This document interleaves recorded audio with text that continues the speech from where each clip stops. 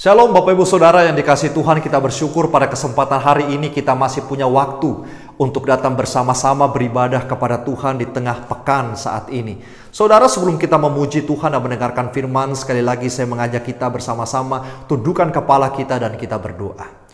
Bapa yang di surga, kami datang kepada Engkau di saat ini, kami menyerahkan waktu kami di depan ke dalam tangan-Mu. Kiranya Engkau pimpin kami dari awal sampai pada akhir persekutuan kami, sehingga nama Tuhan saja ditinggikan dan apa yang keluar dari mulut bibir kami adalah puji-pujian bagi Engkau ya Tuhan. Engkau berkati kami, sertai kami semuanya sampai waktu akhir di dalam persekutuan kami.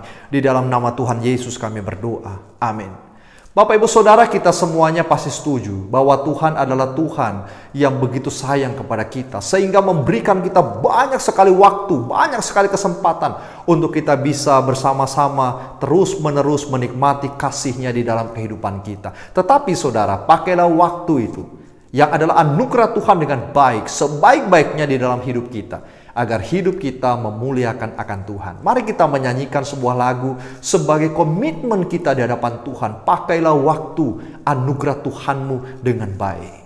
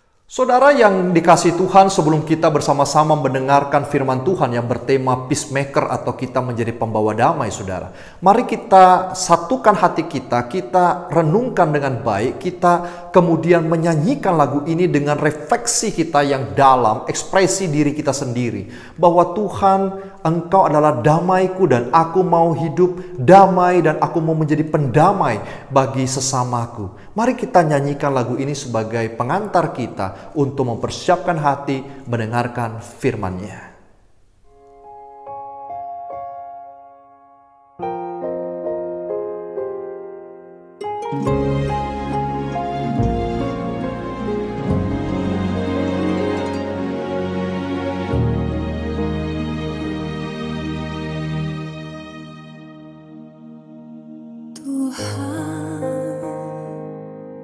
Jadikanlah aku pembawa damai-Mu dalam kebencian. Jadikanlah aku pembawa cinta kasih dalam penghinaan. Jadikanlah aku pembawa pengampunan dalam perselisihan. Jadikanlah aku pembawa kerukunan.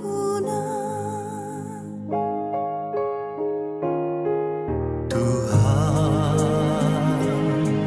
jadikanlah aku pembawa padamu dalam kesesatan. Jadikanlah aku pembawa kebenaran dalam kebimbangan. Jadikanlah aku pembawa kepastian dalam kesedihan. Jadikanlah aku pembawa sukacita. Tuhan, kuatkanlah kami untuk mampu memahami lebih daripada kami dipahami, untuk mampu menghibur lebih daripada dihibur, Untuk mengasihi lebih daripada kami dikasihi, dengan memberi kami menerima, dengan mengampuni kami juga diampuni,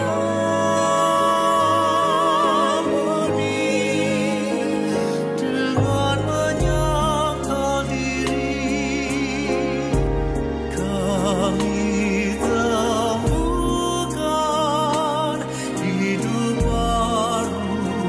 dengan hati suci kami dilahirkan dalam hidup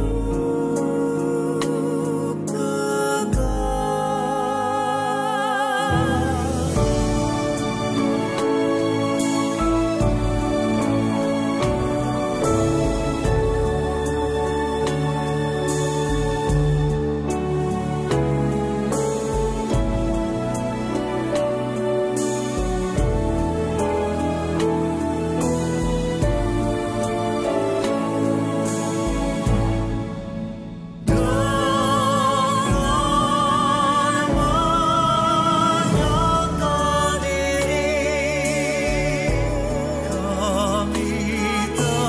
temukan hidup baru, dengan hati suci kami dilahirkan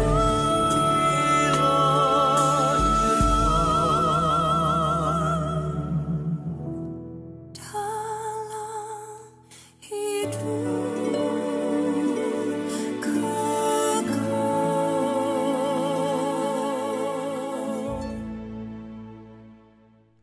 Bapak Ibu Saudara yang diberkati Tuhan, sebelum kita bersama-sama mendengarkan firman Tuhan dan membacanya tentunya, mari sekali lagi kita tundukkan kepala kita dan kita satukan hati kita, kita berdoa.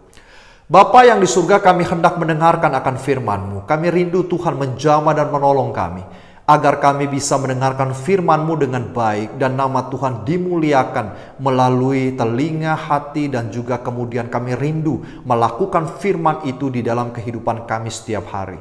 Pakai juga hamba-Mu yang hina ini, agar dapat menyampaikan firman-Mu dengan sebaik-baiknya, di mana pada akhirnya hanya nama Tuhan ditinggikan, nama Tuhan dimuliakan. Kami beri waktu kami Tuhan hanya kepada firman-Mu. Dalam nama Tuhan Yesus, kami semuanya sudah berdoa. Amin. Saudara yang diberkati Tuhan, tema kita pada kesempatan ini adalah peacemaker atau menjadi pembawa damai sejahtera bagi orang lain. Memang teks kita akan berbicara tentang Yesus yang mengutus murid-muridnya seperti domba di tengah serigala agar dapat menyampaikan firman dan menjadi berkat bagi orang lain. Saudara, saya mengajak kita bersama-sama membuka Injil Lukas pasal 10. Injil Lukas pasal 10 ayat 1 sampai 12. Saya akan membacakannya bagi kita sekalian.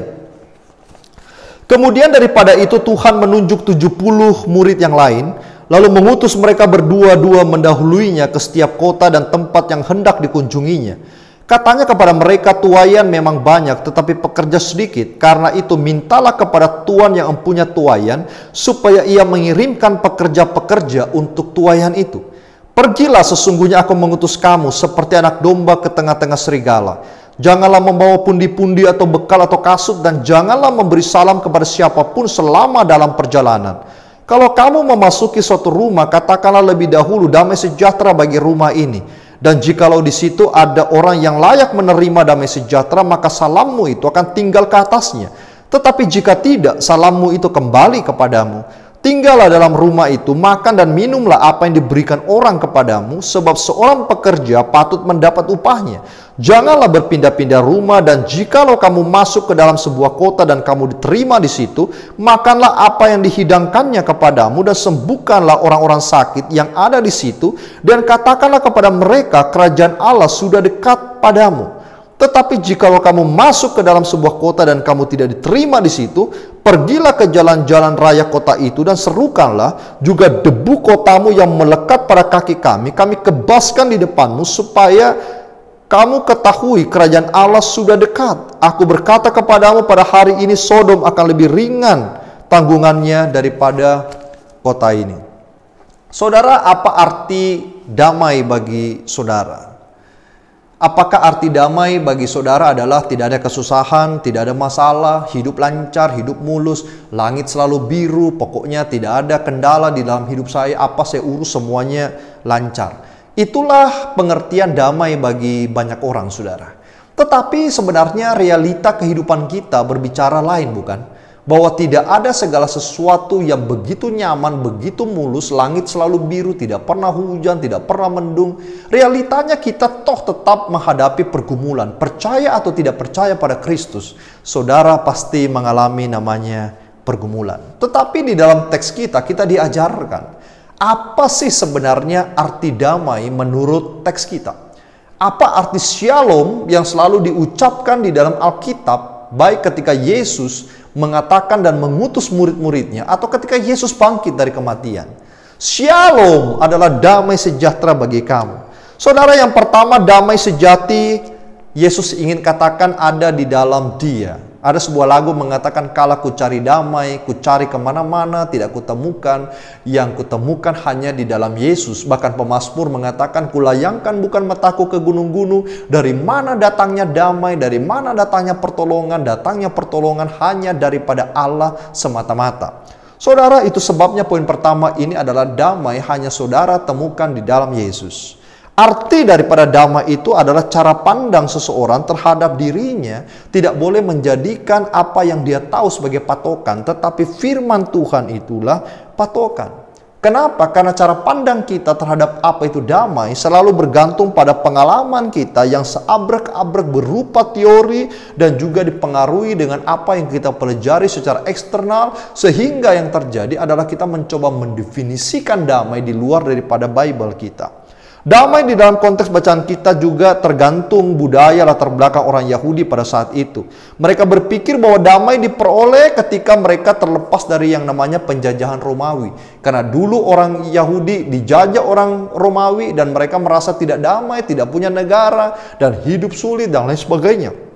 Damai bagi mereka adalah memiliki kekayaan dan pengetahuan yang berlimpah, menjadi orang pinter, terpandang, sosialnya tinggi, dan juga sangat dipentingkan, ditua-tuakan di tengah umat Yahudi, dan lain sebagainya. Itu arti damai bagi mereka. Sehingga kalau mereka tidak memperoleh semua itu, maka mereka merasakan dirinya terasing dan tidak ada kedamaian di situ. Saudara, bagian kedua ini juga, atau memiliki kekayaan dan pengetahuan yang berlimpah, diartikan sebagai damai. Bagian ini, Bapak Ibu Saudara, menjadi arti damai bukan pada abad sekarang ini di mana kita hidup. Bahkan jangankan dahulu, pada hari ini juga banyak orang berpikir masih sama. Bahwa apabila aku memperoleh kekuasaan, aku memperoleh kedudukan, aku memperoleh S3, aku seorang profesor, aku sangat pandai penemu dan segala macam, itulah damai yang sejati. Tetapi berapa banyak orang ketika memperoleh semua itu, hatinya masih tetap tidak ada kedamaian. Saudara, ada kisah tentang Lake, adalah seorang putri dari Yoel Horowitz, pemilik dari label mode ternama Tommy Hilfiger. Kesuksesan sang ayah, si Tommy, membuat Lake tumbuh dengan kekayaan yang sangat melimpah ruah. Gadis cantik ini mengambil studi di sebuah sekolah swasta terkenal dan yang termahal di tempatnya, di mana orang-orang ingin masuk sekolah itu tetapi banyak yang tidak mampu. Dan Lake ini seringkali liburan mewah ke setiap penjuru dunia. Dia tidak berkekurangan, apapun yang dia inginkan pasti tersedia. Fasilitasnya begitu lengkap. Inilah yang orang cari, apalagi perempuan-perempuan muda pada zaman sekarang. Bukankah mereka senang dengan liburan dan melakukan sesuatu? Semua orang suka itu. Dan Lake tidak kekurangan itu semuanya. Tetapi ada satu yang tidak dia dapatkan dengan segala kekayaan orang tuanya, yaitu waktu bersama dengan family, waktu bersama dengan ayahnya, waktu bersama dengan saudaranya, waktu bersama dengan mamanya. Orang tua Lake kerap meninggalkan Lake sendiri akibat pekerjaan yang seringkali menyita waktu yang begitu panjang. Akibatnya Lake ini adalah seorang wanita yang tumbuh di dalam kesepian yang luar biasa dan kurang kasih sayang. Dia pun mulai mencari pelampiasan dengan mulai merokok ganja dan menggunakan obat-obat terlarang sejak dia berumur 8 tahun. Bisa saudara bayangkan? Anak yang dilahirkan dijaga oleh orang lain sampai dia besar, dia bertumbuh tanpa kasih sayang orang tua. Dan sampai waktu usia 8, dia hidup dalam obat-obatan, dia hidup dalam dosa. Bayangkan, masih kecil sekali. Sampai pada akhirnya dia tertangkap basah oleh sang ayah yang kemudian membawanya ke tempat rehabilitasi, di mana Lake diharapkan bisa sembuh di tempat itu. Di tempat rehabilitasi tersebut, sang ayah mengetahui bahwa putranya pernah dianiaya di usia 7 hingga 9 tahun oleh seorang remaja laki-laki. Mendengar hal itu, sang ayah terkejut. Akhirnya sang ayah langsung tertunduk lemas ketika mengetahui bahwa Lake pernah diperkosa ketika dia menjejaki bangku sekolah tinggi yang melandasi ia untuk masuk ke dalam lubang hitam kehidupan. Ayahnya sungguh menyesal karena selama ini dia telah menghabiskan begitu banyak waktu demi pekerjaannya tetapi tidak menempatkannya dirinya untuk punya waktu bersama dengan anaknya. Saudara, orang ini kayanya luar biasa, punya branded, nama terkenal di mana-mana saudara, sampai di Indonesia, di pelosok desa. Tommy Hilfiger itu seringkali menjadi merek yang dicari orang. Tetapi saudara, kehidupannya adalah kehidupan yang penuh penyesalan, yang mengerti bahwa dia salah, yang mengerti saudara bahwa kekayaan tidak menjamin sebuah kebahagiaan. Money cannot buy time with your family. Saudara, uangmu tidak bisa mengganti keluargamu. Uangmu tidak bisa mengganti waktu atau membeli sebuah waktu. Inilah yang terjadi di dalam dunia sekarang ini, bukan? Bahwa banyak anak-anak yang hidupnya hancur berantakan. Orang tua pada akhirnya keluarganya yang pada mulanya anaknya masih kecil, rasa-rasanya baik-baik saja. Tetapi ketika anaknya besar bertumbuh menjadi seorang penjahat, seorang yang tidak mengerti etika dan kehidupan, ini mulailah keluarga itu berantakan. Lalu dikatakan, apa artinya kita memiliki semua ini kalau kita tidak bisa berbuat apa-apa? Dan kunci satu-satunya itu hanyalah membawa anak itu pada Yesus, membawa keluarga itu pada Yesus, membawa hidup kita pada Yesus. Apapun sebenarnya yang kita hadapi dalam hidup ini, tanpa Yesus maka kita tidak akan pernah bisa melakukan apa-apa. Saudara, pegang dengan baik kata-kata ini, bahwa tanpa Yesus saudara dan saya tidak akan pernah bisa berbuat apa-apa sedikit pun di dalam kehidupan kita. Saudara, damai yang dibawa murid-murid Yesus bukan seperti yang dicari dunia ini. Damai yang dibawa oleh murid-murid Yesus adalah damai surgawi yang keluar dari perintah Yesus sendiri. Bahwa pergilah saudara di dalam sana, masuklah di rumah orang-orang yang ada di situ, door to door, katakan damai sejahtera bagi kamu. Bawalah Yesus masuk ke dalam rumah itu, beritakan Injil, karena itulah yang mereka butuhkan di dalam hidup mereka, itulah yang mereka inginkan. Kalau tanpa Injil itu maka tidak ada damai sejahtera, tanpa firman Tuhan itu mereka tersesat, tidak ada arti hidup di dalam hidup mereka. Makanya aku mengutus engkau, dan tidak cukup 12 muridku, 70 murid-murid yang lain aku utus lagi, sebab Injil diberitakan kepada begitu banyak orang, bahkan sampai hari ini masih banyak orang belum mendengarkan Injil dengan baik. Pemberita itu sedikit, tetapi tuaian itu banyak. Yesus katakan seperti itu. Kalau saudara perhatikan dalam ayat 8, 10, ada dua respon manusia ketika pemberitaan Yesus diberitakan. Yang satu, saudara, adalah orang yang mengajak makan murid Yesus. Artinya adalah orang yang menerima Injil itu dengan hati legowo. Karena dia tahu, saudara, bahwa dia sungguh membutuhkan Injil itu di dalam hidupnya. Kalau Injil itu tidak ada di dalam hidupku, maka saya kering seperti tanaman yang tumbuh di tanah yang tandus. Atau seperti rumah yang dibangun dengan pondasi pasir, begitu tidak kuat dan akhirnya ada badai datang, rubuhlah dan hebatlah kerusakannya. Itu respon yang pertama, adalah menyadari dia membutuhkan berita kabar baik keselamatan itu. Dan dia menerima murid Yesus untuk makan bersama-sama dengan dia. Di dalam pengertiannya, saudara, kalau orang Yahudi berbudaya, kalau dia terima saudara, dia akan ajak saudara makan. Mungkin tidak jauh beda dengan kita. Kalau kita berteman dengan orang, saudara, dan kita senang dengan orang itu, kita bergaul erat dengan orang itu, seringkali ayo kita makan bersama. Ayo kita tertawa di meja makan bersama. Dan kita menceritakan banyak hal. Dan inilah yang Yesus juga katakan dalam Wahyu, aku mengetuk pintu rumahmu. Siapa yang membukakan pintu itu, aku akan masuk mendapatkannya dan aku akan makan bersama-sama dengan orang itu. Sakeus waktu menerima Yesus, Sakeus mengajak Yesus makan di rumahnya bersama-sama. Saudara, orang yang menerima damai adalah orang yang akan makan semeja perjamuan dengan Injil Kristus, dengan murid Kristus, dengan Yesus itu sendiri. Sehingga apa yang terjadi, saudara? Yang terjadi adalah damai di dalam rumah itu. Tetapi ada respon kedua. Respon kedua ini adalah orang yang tahu siapa itu Allah. Orang yang mengerti apa itu kebenaran hakiki di dalam nurani mereka, di dalam pengertian mereka. Tetapi mereka tidak buka hati untuk Yesus. Mungkin orang Kristen zaman sekarang ada orang Kristen yang ke gereja, orang Kristen yang menyanyi, memuji Tuhan, tetapi jauh di dalam lubuk hatinya yang paling dalam tidak ada Yesus yang hidup di sana. Mereka bisa melayani Tuhan tetapi pelayanan yang kosong. Mereka bisa mengatakan I love you Jesus tetapi cuma lip service doang. Tidak sungguh-sungguh di dalam hati mereka yang paling dalam. Oleh orang seperti ini Yesus katakan, kebaskan debu dari kakimu dan pergilah tinggalkan rumahnya. Dan engkau pergi cari rumah orang yang mau menerima engkau.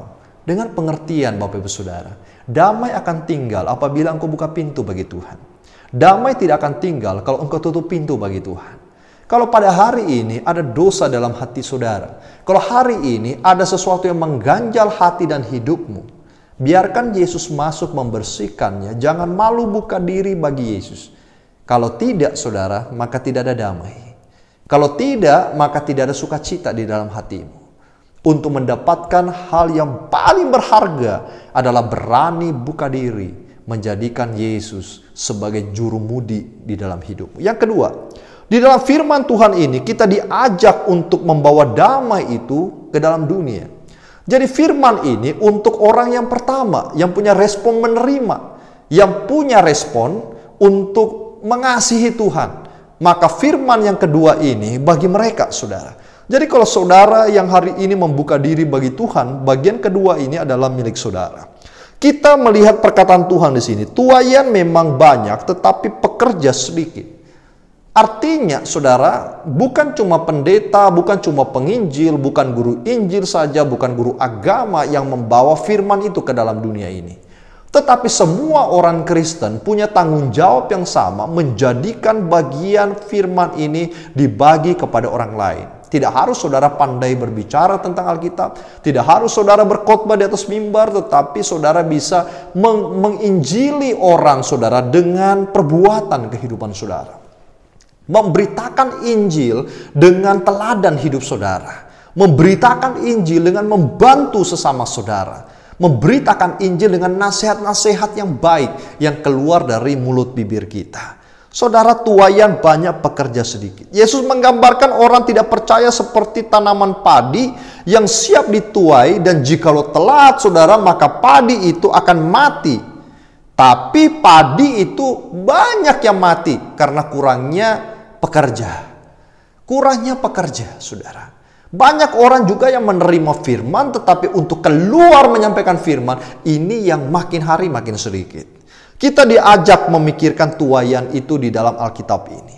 Kita diajak dengan serius, saudara. Jadi kalau saudara dan saya bicara tentang keselamatan, saudara diselamatkan atau tidak, Paulus berkata, kerjakanlah keselamatanmu sebagai sebuah kalimat yang aktif di dalam frase itu. Artinya ketika kita sudah menerima firman itu, katakan firman itu kepada orang lain.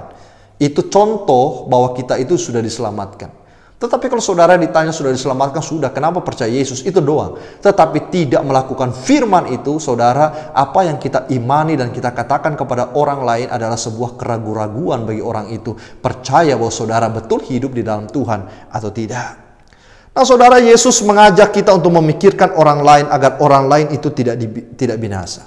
Gereja harus memikirkan dan dipanggil bukan hanya ke dalam, tetapi juga keluar. Saudara dipanggil gereja, saudara gereja, eklesia, yaitu kita, saudara, dipanggil untuk keluar, bukan hanya hidup di dalam. Gereja di mana tempat kita mendengarkan firman Tuhan adalah tempat di mana kita menampung firman di dalam telinga dan hati kita, lalu kita harus keluar memberitakan apa yang kita dengarkan. Gereja, Bapak Ibu Saudara, harus belajar firman Tuhan dengan sebaik-baiknya. Yesus katakan di dalam firman-Nya apa? Engkau adalah garam dan terang dunia. Kita tidak dipanggil menjadi orang yang hidup di tempat yang terpencil. Lalu kemudian di tempat terpencil itu kita mengoreksi diri dan lain sebagainya, dan kita mati dengan usia tua di tempat itu supaya kita tidak berhubungan dengan dunia dan kita terasing dari dunia ini. Lalu kemudian kita menjadi orang yang unik sekali, tidak menjadi garam dan terang dunia. Saudara, garam dan terang dunia adalah kita dipanggil untuk seperti murid Yesus. Door to door, atau ke teman demi teman, keluarga demi keluarga. Sampaikan Yesus kepada mereka. Jangan sampai telat. Saudara dan saya adalah pekerja. Saudara dan saya adalah orang percaya pada Tuhan.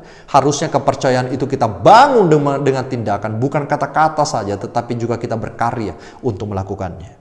200.000 orang Tibet, termasuk para biksu, percaya Yesus ketika melihat seorang Kristen yang baik hati.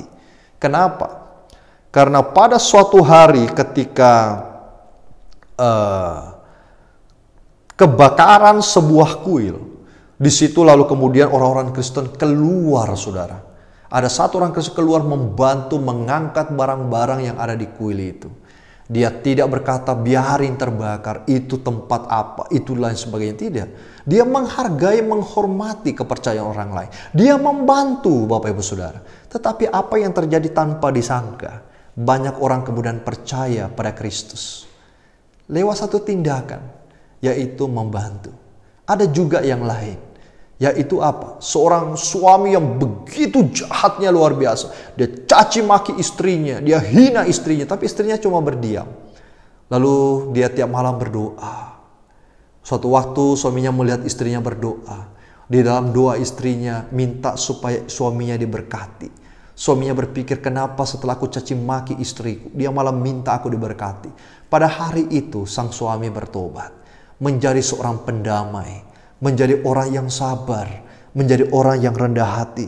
Itulah yang diminta Tuhan kepada para murid dan juga kepada mereka yang mendengarkan, menerima para murid untuk melakukan yang terbaik bagi sesamanya. Apapun saudara miliki dalam dunia ini, tidak ada yang bisa membawa saudara ke jalan damai yang sejati. Apapun yang saudara pegang di dalam tangan saudara, tidak ada satupun yang bisa memberikan peace di dalam hidup saudara, kecuali Yesus. Itu sebabnya terima Yesus, pegang Yesus, jadikan Yesus batu penjuru di dalam hidupmu, juru mudi di dalam hatimu. Dan jikalau engkau dan saya sudah punya itu, mereka yang lain membutuhkan itu, marilah kita keluar memberitakan Yesus yang baik itu kepada dunia ini. Dunia kita kacau, dunia ini perlu cahaya, garam dan terang itu, supaya dunia ini menjadi lebih baik. Jangan tunggu orang lain, saudara, tetapi marilah kita yang keluar menyampaikan itu dengan sebaik-baiknya. Tuhan memberkati. Mari kita berdoa. Bapa yang di surga, kami datang kembali kepada Engkau di saat ini. Kami menyerahkan waktu kami di depan ke dalam tangan-Mu. Jadikan kami orang yang hidup dalam damai.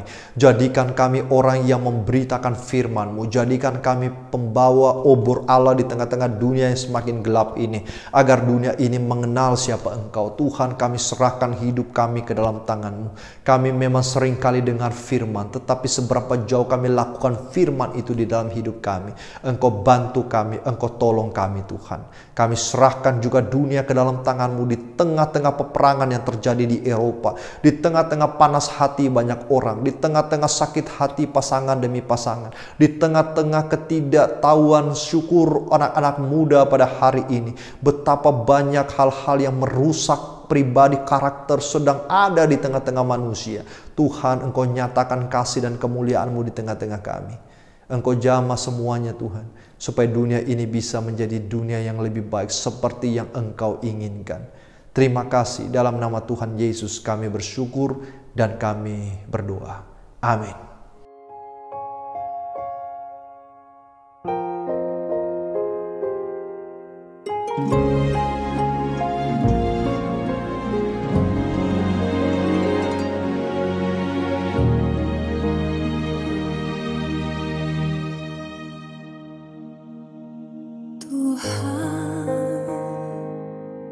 Jadikanlah aku pembawa damai-Mu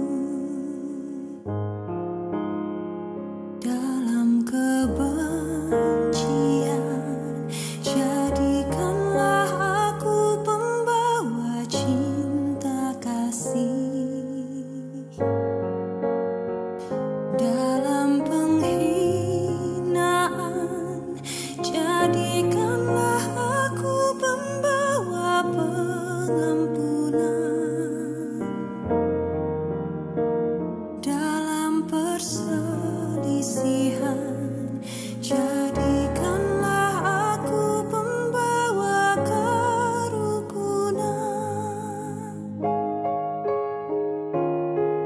Tuhan, jadikanlah aku pembawa damai-Mu dalam kesesatan. Jadikanlah aku pembawa kebenaran dalam kebimbangan. Jadikanlah aku pembawa kepastian dalam kesedihan. Jadikanlah aku pembawa sukacita. Tuhan,